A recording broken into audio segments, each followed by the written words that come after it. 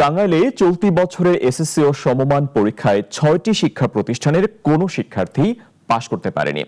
এর মধ্যে ভূঁইয়াপুরের একটি বিদ্যালয়ে ১০ পরীক্ষার্থী সবাই ইংরেজিতে অকৃতকার্য হয়েছেন।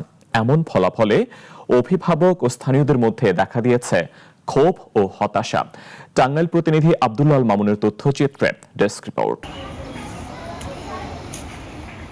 টাঙ্গাইলের ভূঁইয়াপুর উপজেলার দুর্গম অঞ্চলের গোবিন্দপুর উচ্চ বিদ্যালয় ১৭৩ শিক্ষার্থীর এই বিদ্যালয়ে কর্মরত শিক্ষক ৭ জন। চলতি বছর এসএসসি পরীক্ষায় অংশ নেয় ১০ জন শিক্ষার্থী। ফল প্রকাশের পর দেখা যায় তাদের কেউই পাশ করতে পারেনি।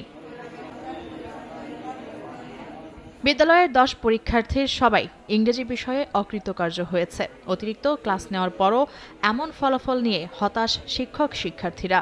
পাশাপাশি অভিভাবক ও স্থানীয়দের মধ্যেও সৃষ্টি হয়েছে ব্যাপক ক্ষোভ। তবে শুধু গোবিন্দপুর নয়, জেলার আরও ৫টি শিক্ষা প্রতিষ্ঠানে শতভাগ শিক্ষার্থী অকৃতকার্য হয়েছে।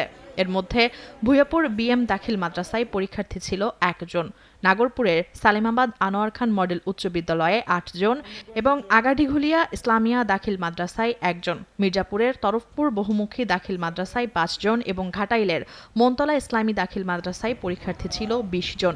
কেউই পাশ করতে পারেনি। অন্যদিকে পুরো জেলায় এসএসসি ও সমমান পরীক্ষায় অংশ নেয় ৪৬,৪৫১ জন। এর মধ্যে পাশ করেছে ২৭,৪৭৬ জন। জেলায় পাশের হার ৫৯.০৬%। জিপিএ 5 পেয়েছে ২,১৭৩ জন। শতভাগ অকৃতকার্য প্রতিষ্ঠানগুলোর এমন ফলাফলে শিক্ষক ও শিক্ষার্থীদের আরও দায়িত্বশীল হওয়ার দাবি জানিয়েছেন স্থানীয়রা। আগামীতে শিক্ষক বৃন্দ যারা আছেন তাদেরকে আরো বলবো, আপনারা স্কুলের প্রতি সচেতন হন। মাধ্যমিক শিক্ষক সমিতি জেলার সভাপতি বলছে, ফল বিপর্যয়ের দায় সংশ্লিষ্ট সব পক্ষকেই নিতে হবে।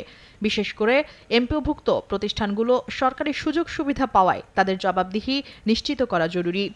এটার দায়িত্ব শিক্ষকেরা এড়াতে পারে না, আর এর সাথে হয়তো অভিভাবকদের সম্পৃক্ত করতে পারবে সচেতনতা বৃদ্ধির জন্য, কিন্তু শিক্ষকদের দায়ভারটাই বেশি এখানে নিতে হবে, তাদের এড়ানোর কোনো সুযোগ নাই।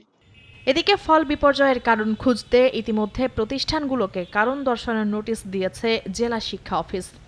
এই ফলাফল বিপর্যয়ের কারণ অবশ্যই আমরা উদ্ঘাটন করব এবং যে সমস্ত কারণে এই ফলাফল বিপর্যয় সেগুলি চিহ্নিত করে কিভাবে তাদের মানোন্নয়ন করা যায় প্রয়োজনীয় পদক্ষেপ আমরা গ্রহণ করব।